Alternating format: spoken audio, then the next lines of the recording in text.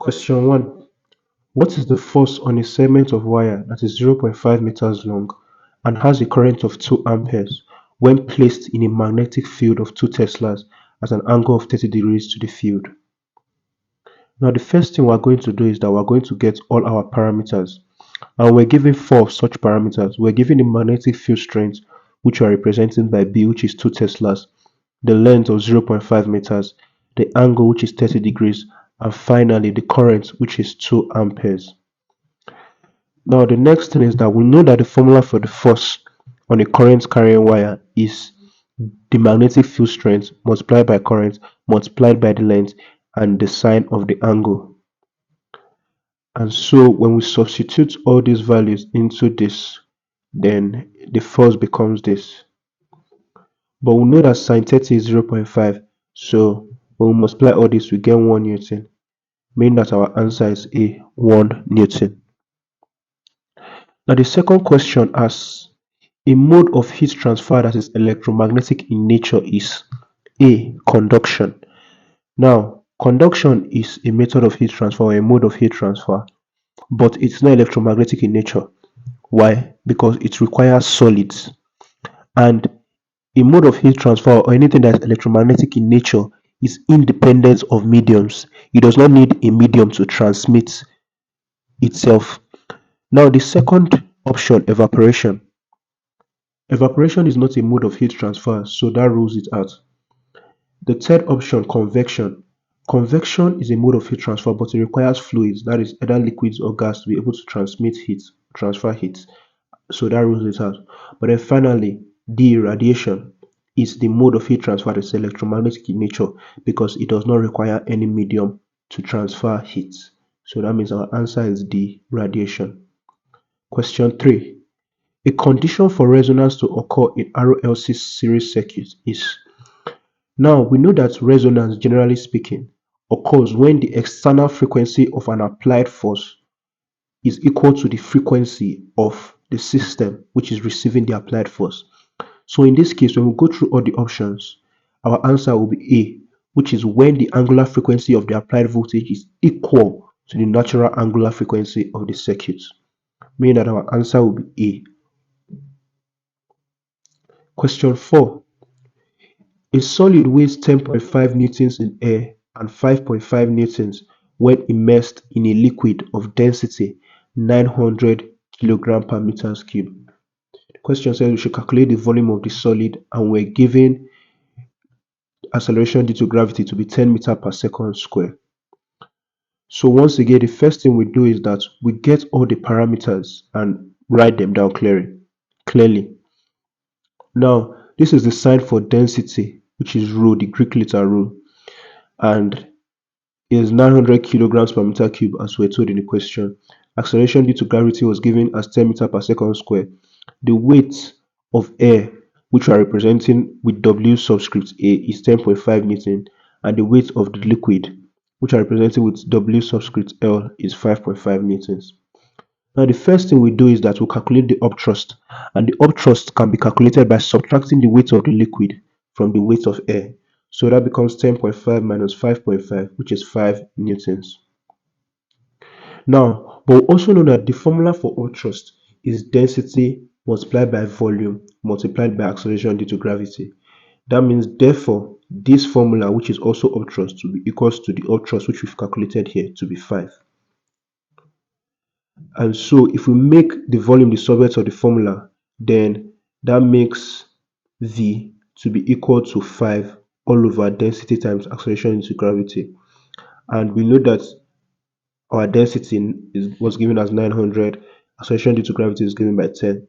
Now when you solve this, you now get this answer of 5.56 times 10 raised to power minus 4 meter cube.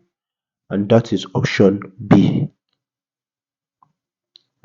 Question 5 says a uniform meter rule AB balanced on a knife edge 60 cm from end B when a load of 22 grams is kept 10 cm away from the end A. What is the width of the meter rule? Now here is a quick sketch that shows or interprets the word problem diagrammatically. And we can see here that this is the support which is 60 centimeters from the end B, like we were told. And this is the other weight of 22 grams, which is 10 cm, which is 10 cm from the point A. But then we know that the weight of any system is at the middle or is at the center of the system. So if this is a meter rule, which is 100 centimeters long, then that means that the weight will be 50 centimeters from the end. And so, equipped with this knowledge, we can now use the law of moment, which says that anti-clockwise movement must be equal to clockwise movement about the same point, right? So we're taking our movement about this point of the support. So if the weight is 50 cm from here and this whole place is 60, that means from here to here will be 10 cm. And we know that this is 60, that means this is a meter rule. From here to the other end will be 40. And if we remove 10 from that 40, that means the distance from here to here will be 30. Hence this formula here. So that is now 22 grams times 30 will be equals to W, which is the weight, multiplied by 10. So if we make the weight the summation of the formula, that becomes 22 times 30 all over 10. And our weight is 66 grams, which is option C. Now question 6 says that a particle in simple harmonic motion while passing through mean position will have. Now the mean position is simply talking about the middle point, you know.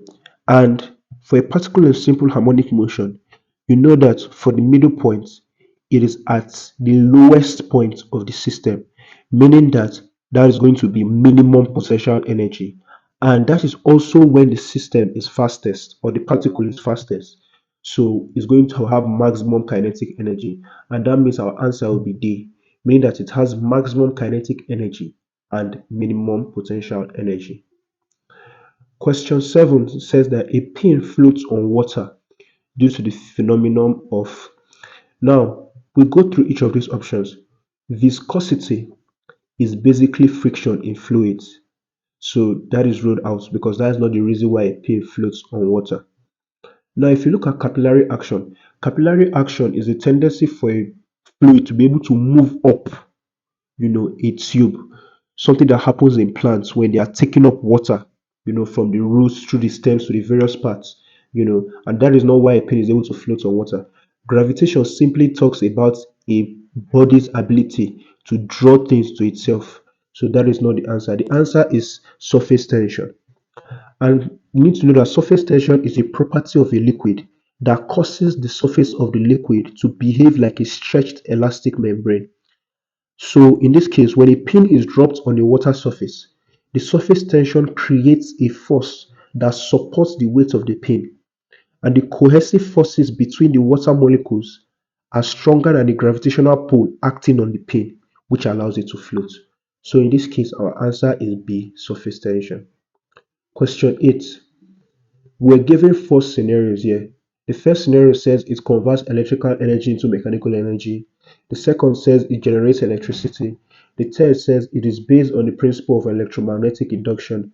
And the fourth says it follows Fleming's right hand rule. And the question asks which of the following statements is or are true for an electric motor. Now, one thing we know about an electric motor basically is that an electric motor uses electricity to do mechanical work, right? So the electricity is already the starting energy point, and then it uses that electrical energy to do mechanical work. So that means that the first scenario we're given, I, is correct, or is true for an electric motor. Now, if we look at the second scenario, it generates electricity. That cannot be true because, like we said, it doesn't generate electricity, it actually generates mechanical energy, because the starting point for an electric motor is electricity. Now, the third point says it is based on the principle of electromagnetic induction, which is also wrong because that only happens in generators where mechanical energy is converted to electrical energy through the principle of electromagnetic induction. So that's also false. And then finally, the fourth one says it follows Fleming's right hand rule. And for an electric motor, we know that it actually follows Fleming's left hand rule. So that means that our answer in this case will be option A, which is I only. Question 9 says that a thick glass tumbler cracks when hot water is poured into it because of, and we have four options here. The first one says the anomalous expansion of water. The second one says the thermal expansion of water. Sorry, the uneven expansion of the glass tumbler. The third one says the thermal expansion of water. And then the last one says the even expansion of the glass tumbler. And in this case, the answer is the uneven expansion of the glass tumbler, which is actually option B. And what happens is that the inner surface of the glass tumbler becomes hot and it expands more quickly than the outer surface. So, since the inner surface is expanding at a quicker rate than the outer surface, that's what causes the glass tumbler to crack. So, our option is B, uneven expansion of the glass tumbler. Then, question 10 says, which of the following is the function of a PN junction diode of a semiconductor device? Now here is the picture of a p-n junction diode, and as you can see, this is the anode and this is the cathode. One thing you need to know about a diode is that it allows electricity to flow in only one direction, right? As illustrated by this sign. You can see it allows electricity to flow in only one direction. So with this knowledge now, armed with this knowledge, let's go back and see the options we're given. The first option says it can be used to convert alternating currents to direct currents.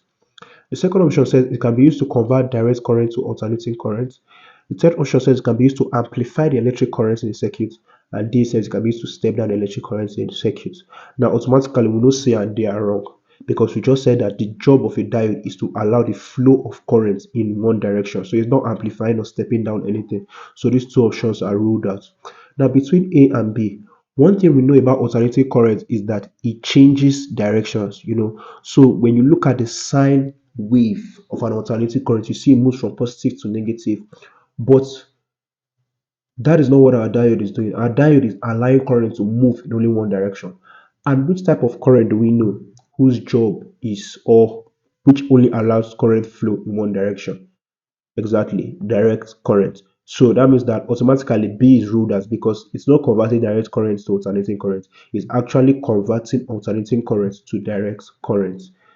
So you can see this diagram once again. If you look at this diagram, you can see this part. So the alternating current is coming. When it gets to this part, it now gets changed into direct current, so it can flow in only one direction. So that means our answer is A. It can be used to convert alternating current to direct current. Question 31. We have an organic compound here and we have to get the name of the organic compound. And at first, it can seem quite elaborate, but this is actually quite a simple question. Now, the first thing you find out is that when you look at all the options, you already know what the functional group is. This is an amine, and the functional group is this NH2 functional group. So now what now remains is that we have to now use the number of carbon atoms to find out what type of amine it is. And so we simply count. Now this is 1. This 4 applies to this carbon. So that means there are 4 carbons here plus this one 5, and then 6 and 7. And we know that generally the word that's used for 7 is hept. So that means that this is an heptane amine. So that means that our answer will be B. Question 32. Now we have a half cell reaction that is given here. The question says the above half cell reaction is occurring at the anode during the electrolysis of dilute zinc chloride solution is. Now we know that in half cell reactions, what occurs at the anode is oxidation, and at the cathode is reduction. So this question is talking about occurring at the anode. So we know that it is oxidation. That is option B. Question 23, we are given another reaction here. We're asked what type of reaction it is. We are given an addition reaction, which is a reaction that has to do with adding certain atoms to an already existing molecule. We have a decomposition reaction, which has to do with losing certain atoms. We have a condensation reaction, and then we have a substitution reaction. Now, substitution reaction is when you know certain atoms are replaced. Now, if you look here, you can see that there's one, two, three. There's also one, two, three. Now, sorry, you can see that there is one carbon and there are two chlorines, right? And if you come here, you can see that there's also one carbon and the chlorines are unchanged, or five to be precise, because there's four plus one here, five. This is three plus two, which is also five. You can see there's one hydrogen here, it still remains hydrogen, and the carbon here is still carbon. So you can see that there was nothing added to it. What simply happened was that there was a rearrangement, a substitution that happened. So this is what is known as what? A substitution reaction. And that is option C, substitution reaction. Question 34. Now we have an equation here, and we are given a hydrocarbon, but without, the number of atoms. We don't know the number of atoms that are in this hydrocarbon, but we have this equation, and we're told to find, the hydrocarbon that is here. And so the first thing we are going to do is that we are going to find the number of each of these atoms on the product side. So we look at this carbon. When you come to carbon here, you can see that there is four carbons, and this is the only carbon here. That means that if you look here, this is also the only carbon. That means that automatically this is C4, so our X is 4. Now for a hydrogen, 5 times 2, 10. That means that this is 10, and the hydrocarbon that is C4H10 is what we call butane. It is of the alkane functional group, so that is butane, C4H10, option B. Question 35 says, one method of driving the position of equilibrium of an endothermic reaction forward is to, and the answer to this is that the way you drive the position of the equilibrium of an endothermic reaction is actually by increasing temperature, at constant pressure. We know that an endothermic reaction is a reaction that, takes in heat, as opposed to an exothermic one which releases heat. So the best way to drive the position of equilibrium, forward, is to increase the temperature of this endothermic reaction, which is option A. Question 36. Now, 0.92 grams of ethanol when burned raise the temperature of 50 grams of water by 28.6 kelvins. Now we are to calculate the heat of combustion of ethanol. We're given the atomic number for carbon to be 12, for oxygen to be 16, for carbon 12, oxygen 16, hydrogen 1. And we're given the specific heat capacity of water to be 4.2 joules per gram per Kelvin. Now notice that this is in grams, these are also in grams, so we don't have to do any change to kilograms, right? So the first thing we do is that we get our parameters out, right? So we're given the mass of water, to be 50, the specific heat capacity to be 4.2, and then the raising of the temperature, by 28.6 Kelvin. So the first thing we'll do is that we'll find the heat energy using all this. And the formula for heat energy is simply mass times specific heat times, the change in temperature. So the temperature was changed by 28.6 Kelvin. So we'll multiply all this, we get a heat energy of 6006 joules, or 6.006 kilojoules, right? Now the next thing we do is that the question told us that the mass of ethanol burnt was 0.92 grams. And so I will know that the molar mass of ethanol. To get the molar mass, we add, each of the atomic masses of the components. So we know that carbon is 12 multiplied by 2, hydrogen is 1 multiplied by 5, then 16 and 1, which gives us the molar mass to be 46 grams per mole. And then that means that the mole, we know formula for mole is mass over molar mass. So that will be this mass, 0.92 all over the molar mass of 46. That means the mole of ethanol that was burnt was 0.02 moles. And to get the enthalpy of combustion of ethanol, we simply divide the heat energy by the mole. So the heat energy divided by the mole will give us 300.3 kilojoules per mole, thereabouts. And but we know that combustion is an exothermic reaction. And for exothermic reactions, the enthalpy is usually negative. So that brings our answer to be a negative 300.3 kilojoules per mole. And that is option C. Question 37. The repeating unit in natural rubber is isoprene. That is the answer, isoprene, which is option B. Note, it is also known that isoprene is also known as 2-methylbutyl 1,3-diene. There's like a structural change of isoprene. So when you structurally, rearrange the atoms of isoprene, you can rename it as 2-methyl butyl 1,3-diene, So, question 38. What current in amperes will deposit 2.7 grams of aluminium in 2 hours? We're given atomic number of aluminium 27 and Faraday's constant to be 96,500 coulombs. So we get all our parameters. The mass 2.7 grams weight. So the time 2 hours for um SI unit for time is seconds. So we change to seconds. The molar mass of is 27, and then Faraday's constant is 96,500. So now the first thing we do is that we write the ionic equation so that we know the number of electrons that we are dealing with to be able to get what will multiply by the Faraday's constant. And when we do that, we find out that it is 3 electrons. Number of electrons n is 3. So and now the the formula for the mass deposited, is actually the current multiplied by the time by the molar mass divided by the number of electrons multiplied by Faraday's constant. So we impute all our values from here into this equation, and then we end up making I, which is the current we are looking for, the surface of the formula. And when you do that, you will get your answer to be approximately 4 amperes, which is option C. Question 39. Steam changes the color of anhydrous cobalt 2 chloride from the answer to this is blue to pink. Anhydrous means that the cobalt 2 chloride, which is an efflorescent substance, does not have water. So what steam does is that steam comes in to add water of crystallization, and then cobalt 2 chloride is usually blue without its water of crystallization, but then when steam is added or when water is added, it changes to pink. So the answer is option A. Then question 40. Which of the following will change when a catalyst is added to a chemical reaction? And the answer is the activation energy.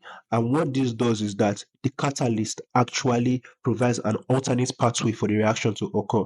So that is why what is changing is the activation energy.